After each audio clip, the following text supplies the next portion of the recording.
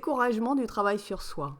On investit tellement d'efforts lorsque l'on s'engage au développement personnel ou à faire un travail de remise en question, de guérison, et qu'en parallèle, on constate autour de nous, dans le monde, dans ce que l'on voit, un tel jean-foutisme sur cette question-là, une telle superficialité, que l'on se pose la question, fatalement, est-ce que ça sert à quelque chose ? Est-ce que j'ai raison de m'engager là-dedans ? Où est-ce que ça va me mener ? Tout laisser tomber, tout abandonner, et reprendre sa vie d'avant, dans le monde de l'ego. C'est très tentant parfois. Bienvenue sur la chaîne de la résilience. Aujourd'hui, on va parler de ce phénomène de découragement, que l'on ne peut nier lorsque l'on s'engage sur cette voie de la transformation personnelle. Oui, c'est vrai, c'est une voie longue, très longue même, qui se joue en années et non pas sur un clic, ou sur un petit stage de 2-3 jours par-ci par-là. C'est la chose la plus difficile qu'un humain puisse faire, de transcender son ego. Mais c'est aussi la chose la plus héroïque. Alors, puisque ce chemin est difficile, long, semé d'embûches, eh bien on a besoin de faire des petites pauses. On a besoin de se remotiver régulièrement. On a besoin tout simplement de s'offrir quelques moments régressifs, de temps en temps. Et ce n'est que pour mieux rebondir par la suite. Ces moments de découragement, de fatigue, de lassitude arrivent lorsque l'on se trouve sur des plateaux de stagnation. C'est un peu comme lorsque l'on fait un régime. On est très fier et très content de soi lorsque l'on a perdu ses premiers kilos. On est très emballé pour continuer, parce qu'on ne peut que constater que les efforts sont payants. Et puis là, plus rien. Pendant des semaines, on ne perd pas un gramme, malgré qu'on continue au quotidien de produire des efforts. Et du coup, on a juste envie de se jeter sur une boîte pleine de gâteaux. Bien voilà, le développement personnel, ça marche aussi un petit peu comme ça. Ça produit des effets spectaculaires, miraculeux, pendant une période. Et puis après, plus rien, pendant des semaines, des mois. Et à certains moments, on vit même des régressions. On pensait avoir réglé quelque chose, définitivement, et puis cette chose se représente à nouveau. Et on en est dépité. On se trouve nul, impuissant, inefficace, perdu. On culpabilise. Et c'est le découragement qui nous gagne. Parfois même une période dépressive. Rassurez-vous, c'est normal. Tout le monde passe par ces phases-là. Absolument tout le monde. Lorsque l'on se trouve dans ces états-là, on est en fait dans une période de transition. On a besoin d'assimiler complètement ce qu'on vient de travailler pour passer à une étape largement supérieure. Si les choses s'enchaînaient trop vite, alors effectivement, nous serions perdus pour de vrai. Nous serions vraiment déboussolés. Il faut accepter de laisser le temps au temps. Ça, c'est une première chose. Une deuxième chose, c'est que la vie fonctionne par cycle. Et ce n'est pas parce que l'on a passé un hiver un peu difficile pour enfin retrouver le printemps et le soleil, que par la suite, nous ne repasserons plus jamais de période hivernale. Ça n'est pas dans le cycle naturel. Et donc, lorsqu'une période difficile se représente à nouveau, bien tout simplement, elle nous demande d'appliquer ce que l'on a appris précédemment. C'est ainsi que ça se passera mieux et plus vite. Et pendant cette période difficile, ce moment d'épreuve, on va encore apprendre de nouvelles choses. On va pouvoir creuser encore plus profond. Découvrir des choses de plus en plus subtiles. Découvrir des zones d'ombre en nous, encore insoupçonnées. Et également, de nouvelles ressources en nous, encore insoupçonnées. Cela se passera ainsi jusqu'à la floraison finale, le feu d'artifice, la renaissance de soi, la transformation concrète du plomb en or. Et à ce moment-là, en effet, tous les gens qu'on regardait autour de nous avec presque envie et jalousie, tant ils étaient légers, insouciants et naïfs, pendant que nous étions dans la peine et l'effort, et ce dans la plus grande indifférence générale, eh bien d'un seul coup, ce regard d'envie se transforme en pitié et en compassion pour eux.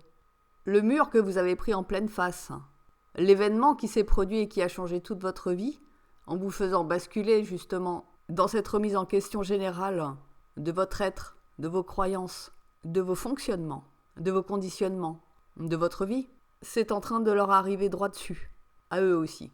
Et vous, finalement, qui aviez l'impression d'être à la traîne, à la ramasse, à l'écart, bien vous devenez légitime dans votre expertise. Parce que vous y êtes déjà passé, vous avez déjà tout traversé. Vous êtes comme ce cheval outsider, sur lequel personne ne misait un copec, qui franchissait la ligne d'arrivée le premier. Il n'y a même pas de gloriole personnelle à tout ça. Et quelque part, lorsque vous franchissez cette ligne d'arrivée, et que vous récoltez toutes les félicitations et les applaudissements, les admirations de ceux qui vous avaient tourné le dos avant, qui vous avaient même entravé, moqué, humilié, désavoué, bien très franchement, ça ne pèse plus rien dans la balance. Maintenant, puisque nous sommes sur la chaîne de la résilience, alors je vais vous partager des petites astuces pour vous rendre moins pénible ces périodes de stagnation, de découragement, de perte d'énergie et de baisse de fréquence vibratoire. Tous ceux qui sont parvenus à fleurir dans leur vie et à apporter quelque chose de concret, humainement parlant, sont passés par le même genre de chemin de croix que vous traversez aujourd'hui. Tous, sans exception. Pour vous remonter le moral, pour vous aider et pour vous conforter dans votre démarche de transcendance personnelle, sélectionnez 3 personnages, 3 personnes réelles, qui sont à vos yeux des personnes admirables. Admirables dans le sens où elles ont apporté quelque chose de vraiment humain. Quelque chose qui au départ était une démarche strictement personnelle, mais qui a changé quelque chose de la face du monde. De ces personnes qui ont été, dans leur domaine respectif, comme des phares dans la nuit. Il y en a plein en réalité. Une fois que vous avez sélectionné ces 3 personnes, ces 3 personnalités, qui sont pour vous comme des modèles, eh bien plongez-vous dans leurs témoignages, dans leur biographie réelle. Et lorsque c'est possible, écoutez-les dans leurs interviews, parlez de leur parcours, de ce qu'a été leur vie avant de connaître le succès, avant de connaître la transcendance, avant de porter leurs fruits, tout simplement. Et si vous parvenez à vous brancher sur leur énergie, alors vous allez récupérer pour vous-même ce type d'énergie. Et ce faisant, ça va vous aider à remonter tous vos curseurs. Ne me croyez pas, essayez. Cela va vous aider également à renforcer votre résilience, à dédramatiser les épreuves qui vous retombent dessus et à les traiter avec humour, avec détachement, avec amusement. Rien finalement n'est si grave que ça lorsque l'on prend les choses avec détachement. Et lorsque l'on peut s'en amuser, en rire, alors on a gagné. Et le niveau suivant va se débloquer, tout seul. Deuxième petite astuce, autorisez-vous des plaisirs personnels. Quoi qu'il arrive, créez-vous de bons moments. Des moments qui vous donnent de la joie, du plaisir, de la détente et de l'insouciance. Vous venez de vous prendre une prune de 500 balles ? Ça vous a ruiné votre budget mensuel ? Rien n'affiche. Vous allez vous regarder un film drôle ce soir. Vous allez vous concocter votre plat préféré. Et vous allez inviter vos copains. Vous allez passer une bonne soirée, vous allez bien rigoler. Et c'est ça qui compte. Apprenez et entraînez-vous à faire un bras d'honneur au malheur. À faire un pied de nez à ceux qui vous entravent. Vous venez de lire des comptes rendus alarmants du médecin qui vous a examiné et fait des examens ? Bon ok, ça vous fait ni plaisir ni du bien. Mais il ne faut pas s'arrêter là. Les médecins connaissent le Vidal par cœur, ils ne connaissent pas les miracles. Et en plus, ils peuvent se tromper. Alors remettez vite les choses en perspective et mettez en route le plus vite possible un projet qui vous tient à cœur. La vie se vit d'abord au présent, pas au passé et pas au futur. Une mauvaise nouvelle, c'est un signal d'alarme qu'il faut écouter. Juste un signal d'alarme. Ça vous dit juste que vous avez traîné la patte et que vous avez plein de choses à vivre encore. Alors il faut les mettre en place, sans attendre et avec ce que vous avez déjà sous la main. Ne vous inquiétez pas, lorsque l'on se met en marche, lorsque l'on ose et que l'on s'autorise, eh bien tout suit. Et la réponse à cette mauvaise nouvelle, eh bien ça peut être tout simplement un week-end dans un lieu insolite, quelque chose que vous aviez envie d'expérimenter depuis longtemps et pour laquelle vous ne trouviez pas le déclic. Eh bien le déclic, c'est la mauvaise nouvelle. Ou bien l'épreuve de trop. Déclencheuse de toute façon, je m'en fiche, ça m'empêchera pas de vivre. Cette démarche-là, cette astuce-là, ça fonctionne très bien aussi pour récupérer de l'énergie, pour remonter ses curseurs. Lorsque l'on accuse un coup dur, ce sont nos conditionnements à la punition qui refont surface. Nous sommes façonnés ainsi depuis la nuit des temps. Pour nous, une vacherie de la vie, une épreuve, un mauvais coup, c'est interprété comme soit une punition, soit une vengeance, soit une injustice. Il s'agit bien sûr d'une interprétation erronée. Lorsque la vie vous envoie des épreuves, qu'elle vous secoue durement, ce n'est pas dans un objectif de vous enfoncer encore plus, mais au contraire, l'objectif est de vous donner l'opportunité de trouver la bonne réaction. En somme, de vous servir de cette épreuve, de ce coup dur, comme d'un tremplin. Natacha Calestrémé, pour la citer de nouveau, explique très bien les choses. L'épreuve est un cadeau mal emballé. Et en effet, elle a parfaitement raison.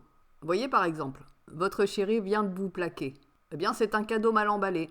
Cet événement est une opportunité pour vider vos sacs émotionnels. Vous allez pleurer, vous mettre en colère, ressentir des envies de vengeance, etc., etc. Toutes ces émotions, tous ces sentiments étaient déjà enfouis à l'intérieur de vous. Et ils ont l'occasion de sortir.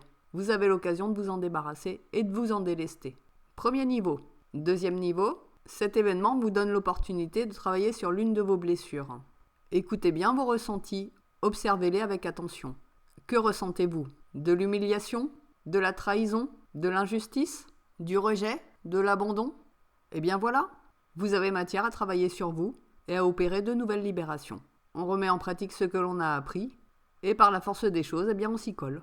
3e niveau, cet événement est une opportunité d'ouvrir à nouveau le champ des possibles, de donner à votre vie une nouvelle direction, de recommencer quelque chose cette fois avec moins de dépendance affective, moins de naïveté, plus de lucidité, plus d'affirmation dans vos choix. Et peut-être aussi d'éliminer certaines habitudes, moins de procrastination, prendre plus soin de soi, recadrer différemment l'idée que vous avez du couple. Pour en revenir à mon sujet, on plonge dans le découragement lorsque l'on regarde le verre à moitié vide et non pas à moitié plein. Le découragement, la baisse de morale, sont très significatifs d'une perte d'énergie. Et plus exactement, sont une des conséquences de la perte d'énergie. L'urgence pour vous lorsque vous êtes dans ces états-là, et particulièrement lorsque vous êtes sur un parcours de développement personnel qui demande énormément d'énergie, eh bien c'est de vous rebrancher sur une source énergétique. On fait souvent l'erreur de se brancher sur les énergies des autres, voire sur des égrégores. Il s'agit d'ailleurs plus de réflexes d'urgence que d'erreurs. La première astuce que je viens de vous donner était de se brancher sur un égrégore énergétique. Ça n'est qu'une étape, une bouée de secours, mais pas une solution définitive et pérenne. Juste un booster énergétique ponctuel qui ne fait de mal à personne. Voici donc une 3e astuce qui vous permettra de retrouver de l'allant, réellement, et de quitter votre plateau de stagnation. Vous avez besoin de nouveautés, d'émerveillement. Voilà ce qui peut vous propulser pour dire au revoir à la stagnation. Ma 2e astuce était un petit peu dans ce sens-là, mais on peut aller beaucoup plus loin. Cette fois-ci, vous allez vous brancher à l'intérieur de vous, sur une ressource qui vous appartient, laquelle, probablement, ne demande qu'à se développer, à se matérialiser sur l'extérieur. Cela consiste à offrir, à donner, à partager quelque chose, à créer un échange ou un réseau d'échanges. Ça va vous obliger à sortir de votre grotte. Le développement personnel, c'est une intériorisation des choses. Et à force de s'intérioriser, on se décale complètement du monde extérieur. On crée ou on se greffe sur des communautés qui sont sur le même parcours, qui sont déjà des acteurs du développement personnel. Mais si l'on ne voit que ça, alors on se bunkérise aussi. Et forcément, rester dans l'entre-soi, ça ne mène pas bien loin. Et ça renforce encore l'idée de la stagnation, puisque les informations tournent en boucle à l'intérieur de cet entre-soi. Pas étonnant qu'on finisse par avoir de la colle aux pieds. Eh bien voilà, justement. La 3e astuce, c'est que vous puissiez vous aussi apporter votre pierre à l'édifice. Alors pas forcément dans l'univers du développement personnel, mais dans l'univers qui vous correspond à vous.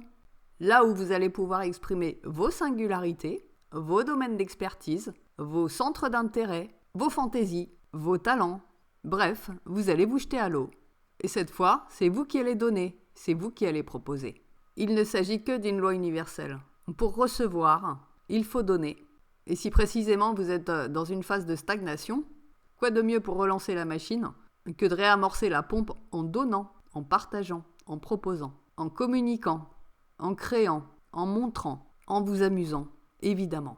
Vous avez besoin d'une nouvelle dynamique. Créez-la, exprimez-la, exprimez-vous. Une formidable source intérieure d'énergie, c'est votre pouvoir créatif. Plus vous serez dans la création et la créativité, plus vous augmenterez votre énergie. A l'inverse, plus vous êtes dans la consommation d'énergie, plus vous allez vous épuiser. Ça peut paraître paradoxal, mais observez-le, expérimentez-le, et vous verrez que c'est comme ça que ça fonctionne. Ainsi, must du must, si vous franchissez le pas pour créer à votre tour, proposer à votre tour quelque chose, et que vous vouliez le faire cette fois-ci dans la résilience, proposez quelque chose qui nourrisse non pas l'ego des gens, leurs peurs, leurs attentes, leurs dépendances, mais au contraire, leur besoin d'émerveillement, leur besoin de rire, leur besoin de découvrir, leur besoin de solutions concrètes et applicables, leur besoin de beauté, leur besoin d'apprendre, leur besoin de changer de regard, toutes ces choses-là, qui sont des choses positives et évolutives. J'en ai terminé là pour ce podcast, alors rendez-vous au prochain.